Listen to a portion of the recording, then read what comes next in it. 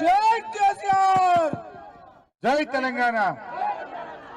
సభాధ్యక్షత వహిస్తున్న మాజీ శాసనసభ్యులు ప్రభుత్వ మాజీ చీఫ్ విప్ మిత్రులు వినయ్ భాస్కర్ గారు, శాసన మండలిలో ప్రతిపక్ష నాయకులు గౌరవనీయులు పెద్దలు మధుసూదనాచారి గారు, మాజీ మంత్రివర్యులు గౌరవనీయులు పెద్దలు దయాకర్ రావు అన్న గారు, మాజీ శాసనసభ్యులు గౌరవనీయులు తాటికొండ రాజన్న గారు, ఆరూరు రమేష్ గారు, శంకర్ నాయక్ గారు, పెద్ది సుదర్శన్ రెడ్డి గారు, నాగుర్ల వెంకన్న గారు, డాక్టర్ యాదవ్ రెడ్డి గారు, మరి చాలా మంది ఉన్నారు. గౌరవ కార్పొరేటర్లు, కాజీపేట బీఆర్ఎస్ నాయకులకు, భూ నిర్వాసితులకు, ఆటో డ్రైవర్లకు, స్థానిక టాక్సీ డ్రైవర్లకు, ముఖ్యంగా మా ఉద్యోగాలు మాకు కావాలని ఇక్కడికి వచ్చేసినటువంటి మా వరంగల్, కాజీపేట అన్నాదమ్ముళ్ళు, అక్కా చెల్లెళ్ళు, మీడియా మిత్రులు అందరికీ పేరు పేరున నమస్కారం తెలియజేస్తా ఉన్నా. ఒక మంచి కార్యక్రమాన్ని బీఆర్ఎస్ పార్టీ ఆధ్వర్యంలో తీసుకున్నందుకు వినయ్ భాస్కర్ గారిని, మీ అందరినీ కూడా నేను అభినందిస్తా ఉన్నా. ఆనాడు మా ఉద్యోగాలు మాకు కావాలనే తెలంగాణ ఉద్యమం వచ్చింది.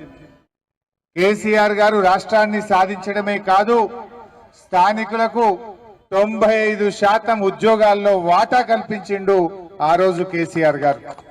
కేసీఆర్ గారు రాష్ట్రపతి ఉత్తర్వులను సవరించి అన్ని రాష్ట్ర ప్రభుత్వ ఉద్యోగాల్లో ఏ జిల్లా ఉద్యోగాలు ఆ జిల్లా బిడ్డలకే 95% దక్కే విధంగా రాష్ట్రపతి ఉత్తర్వులను సాధించింది నాడు బీఆర్ఎస్ ప్రభుత్వం.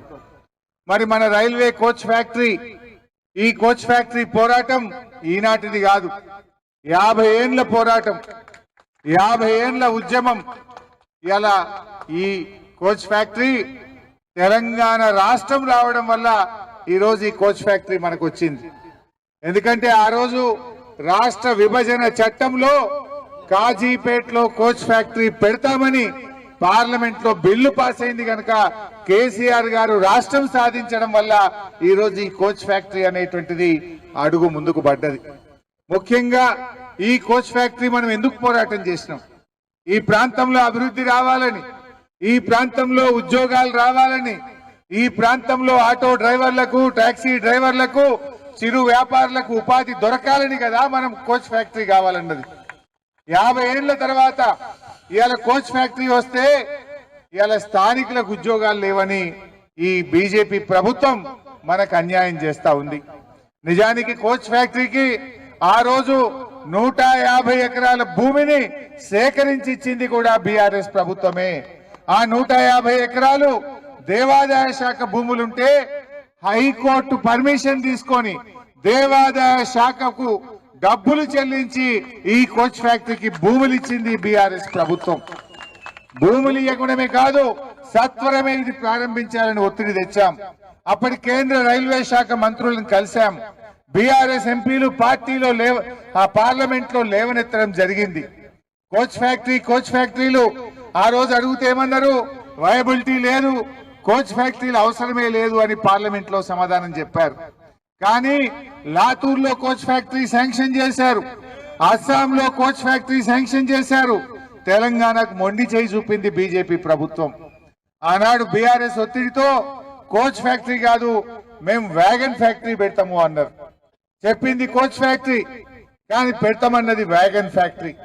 ఇవాళటి వరకు అది వ్యాగన్ ఫ్యాక్టరీయా కోచ్ ఫ్యాక్టరీయా స్పష్టంగా గెజిట్ నోటిఫికేషన్ రాలే, ఈ రోజుకు క్లారిటీ రాలే. కానీ మరి లాతూర్లో మహారాష్ట్రలో వ్యాగన్ ఫ్యాక్టరీ పెట్టి అక్కడ స్థానికులకు 70% రిజర్వేషన్ కల్పించారు. లాతూర్లో 70% రిజర్వేషన్ ఇచ్చినప్పుడు మా కాజీపేట యువతి యువకులకు ఎందుకు ఇవ్వరు? మా భూములు కోల్పోయిన రైతులకు ఎందుకు ఇవ్వరు అని ఈ రోజు బీఆర్ఎస్ పార్టీ ప్రశ్నిస్తా ఉంది. లాతూర్లో మహారాష్ట్రలో చట్టం ఉన్నప్పుడు మా తెలంగాణలో మా కాజీపేటలో ఆ చట్టం ఎందుకు వర్తించదు అని మేము అడుగుతా ఉన్నాం. అంటే మహారాష్ట్రకు న్యాయం, తెలంగాణకు న్యాయం ఉంటుందా? 8 మంది ఎంపీలను గెలిపించి 2 కేంద్ర మంత్రులను పెడితే మీరు చేసేది ఇదేనా అని మేము అడుగుతా ఉన్నాం. మీరు ప్రారంభోత్సవానికి వస్తాం, కేంద్ర మంత్రులు వస్తామంటున్నారు, బిడ్డ మాకు 70% స్థానికులకు అవకాశం ఇవ్వకుండా ఇనాగ్రేషన్ కి వస్తే బీజేపీ మంత్రులను నిలదీస్తామని హెచ్చరిస్తా ఉన్నాం, అడ్డుకుంటామని హెచ్చరిస్తా ఉన్నాం. దయచేసి మాకు మా భూములు కోల్పోయిన వాళ్ళ పిల్లలకు ఉద్యోగాలు ఇవ్వండి, మా స్థానికులకు ఉద్యోగాలు ఇవ్వండి. లేకపోతే మీరు వస్తే మాత్రం బీఆర్ఎస్ మిమ్మల్ని ఎక్కడికక్కడ అడ్డుకుంటదని కూడా హెచ్చరిస్తా ఉన్నాం. మేము అడుగుతున్నది గౌతమ్మ కోరిక కాదు, మేము అడుగుతున్నది గొంతమ్మ కోరిక కాదు. భూములు ఇచ్చిన వాళ్ళకి ఇవ్వండి అంటున్నాం, స్థానికులకు ఇవ్వండి అంటున్నాం. మహారాష్ట్రలో లాతూర్లో ఏ పద్ధతి ఉందో మా తెలంగాణలో కాజీపేటలో కూడా అదే పద్ధతి కావాలని అడుగుతా ఉన్నాం. అరే మా వాళ్ళు బతకద్దా? ఈ రేవంత్ రెడ్డి పుణ్యమాని ఆటో డ్రైవర్ల బతుకులు రోడ్డు మీద పడ్డాయి. ఇప్పటికి దాదాపు 200 మంది ఆటో డ్రైవర్లు ఆత్మహత్య చేసుకున్నారు. ఆనాడు రేవంత్ రెడ్డి బడ్జెట్ లో సంవత్సరానికి 12,000 రూపాయలు ఇస్తా అన్నాడు, 12 పైసలు కూడా ఇవ్వలే. నాడు కేసీఆర్ గారే ఆటో డ్రైవర్లకు క్వార్టర్లీ ట్యాక్స్ రద్దు చేసిండు, ఆటో డ్రైవర్లకు 5 లక్షల బీమా ఇచ్చిండు కేసీఆర్. రేవంత్ రెడ్డి వచ్చిన తర్వాత ఇవాళ ఆటో డ్రైవర్ల జీవితాలు రోడ్డు మీద పడ్డాయి. ఆటో డ్రైవర్లు ఆత్మహత్యలు చేసుకునే పరిస్థితి వచ్చింది. రేవంత్ రెడ్డి ఇప్పటికన్నా కళ్ళు తెరువు, ఆటో డ్రైవర్ల డిమాండ్లను నెరవేర్చాలని, వారికి ఆర్థిక సహాయం చేయాలని ఆటో డ్రైవర్ల పక్షాన కూడా ఈరోజు మేము డిమాండ్ చేస్తా ఉన్నాం. మరి ముఖ్యంగా మా జోన్ చేయాలి. కాజీపేట అంటే ఒకప్పుడు దేశంలోనే ప్రసిద్ధిగాంచిన జంక్షన్ కాజీపేట జంక్షన్, దేశంలోనే పేరున్న జంక్షన్. కానీ రోజు రోజుకు దీని యొక్క ఇది తగ్గిపోతా ఉంది. మళ్ళీ మేమందరం కోరేది ఒక్కటే, ఆంధ్రప్రదేశ్ లో విశాఖపట్నంలో డివిజన్ ఏర్పాటు చేసినారు. విశాఖపట్నంలో డివిజన్ అయినప్పుడు మా కాజీపేట ఎందుకు డివిజన్ చేయరు అని మేము అడుగుతా ఉన్నాం. ఈ రేవంత్ రెడ్డి బాగా మాట్లాడుతూ కూడా బడే బాయ్ చోటే బాయ్, బడే బాయ్ దీనికి దగ్గరనేనే, మరి ఎందుకు కాజీపేట జోన్ చేపిస్తలేవు? మా కాజీపేట ఎందుకు జోన్ చేయిస్తలేవు? ఎందుకు నువ్వు మాట్లాడవు? ఎందుకు ప్రధానమంత్రి అంటే భయపడుతున్నావు అని మేము అడుగుతా ఉన్నాం. ఎందుకు నీ ఆర్ఆర్ ట్యాక్స్ బయటకు వస్తుందనా? నువ్వు చేసిన అవినీతి బయటకు వస్తుందనా? నీ 8 మంది ఎంపీలు ఎందుకు ప్రశ్నించరు అని అడుగుతా ఉన్నా. ఢిల్లీకి పోయినప్పుడల్లా కలుస్తున్నావు అశ్విని వైష్ణవ్ను, మరి మాకు రైల్వే జోన్ కావాలి మా కాజీపేట్ కని ఎందుకు అడగడు రేవంత్ రెడ్డి అని అడుగుతా ఉన్నా. ఎందుకు స్థానికులకు ఉద్యోగాలు ఇవ్వాలని రేవంత్ రెడ్డి అడగడు అని చెప్పి నేను ఈరోజు ప్రశ్నిస్తా ఉన్నా. ఇక్కడ ఎంపీగా గెలిచిన కావ్య గారు, ఇక్కడ గెలిచిన 8 మంది కాంగ్రెస్ ఎంపీలు, 8 మంది బీజేపీ ఎంపీలు ఎందుకు పార్లమెంట్ స్తంభింపజేయరు అని నేను అడుగుతా ఉన్నా. బీఆర్ఎస్ ఆధ్వర్యంలో రాబోయే పార్లమెంట్ సమావేశాల్లో, రాజ్యసభలో ఈ అంశాన్ని బీఆర్ఎస్ గట్టిగా మీ పక్షాన పోరాడుతుంది.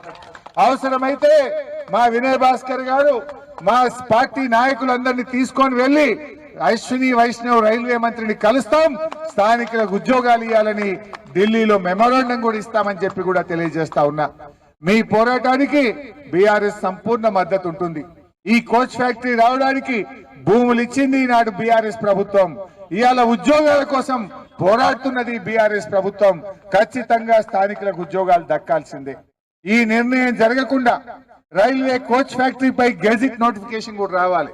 ఇది కోచ్ ఫ్యాక్టరీయా లేదు వ్యాగన్ ఫ్యాక్టరీయా, దీని సంగతి కూడా తేలాలి. ఇది కోచ్ ఫ్యాక్టరీ అని గెజిట్ నోటిఫికేషన్ ఇవ్వండి. ఆ రోజు చెప్పిండ్రు 10,000 మందికి ప్రత్యక్షంగా పరోక్షంగా ఉద్యోగాలు దొరుకుతాయి అన్నారు. అసలు దొరికే ఉద్యోగాలు ఎన్ని, అందులో స్థానికులకు ఎన్ని ఇస్తారు, భూములు పోయిన వాళ్ళకి ఎన్ని ఇస్తారు, ఒక స్పష్టంగా చెప్పాలని చెప్పి కోరుతా ఉన్నాం. మీరు బీహార్ నుంచి తెస్తాం లేదా ఇంకెక్కడి నుంచో తెస్తాం, మాకు స్కిల్ లేబర్ కావాలంటే స్కిల్ ఇన్స్టిట్యూట్ పెట్టి ఇక్కడ ట్రైనింగ్ సెంటర్ పెట్టి ఇక్కడ మా పిల్లలకు ట్రైనింగ్ ఇచ్చి మా పిల్లలకు ఉద్యోగాలు ఎవడొద్దంటూ నేను పెట్టంగా. మా పిల్లలు ఐటీఐలు చదివిండ్రు, మా పిల్లలు పాలిటెక్నిక్ చదివిండ్రు, మా పిల్లలు ఇంజనీరింగ్ చదివిండ్రు. నీకు ఎట్లా కావాలంటే అట్లా మెరికల్ లాంటి పిల్లలు ఉన్నారు. మా తెలంగాణ పిల్లలు ప్రపంచమంతా పనిచేస్తున్నారు. అమెరికాలో, యూరోప్ లో, లండన్ లో ఎక్కడ చూసినా తెలంగాణ పిల్లలే ఉన్నారు. ఇక్కడ మాత్రం మా పిల్లలు వెనక్కిరారా? ఇంక బీహార్కి వెళ్ళి తెస్తావు. నీకు ట్రైనింగ్ ఎట్లా కావాలంటే అట్లా ట్రైనింగ్ ఇయ్యను. మా పిల్లల్ని రిక్రూట్ చేయి, ట్రైనింగ్ ఇచ్చి ఉద్యోగాలు. లాతూర్లో ట్రైనింగ్ సెంటర్ పెట్టినావు కదా, లాతూర్లో ఉద్యోగాలు కదా.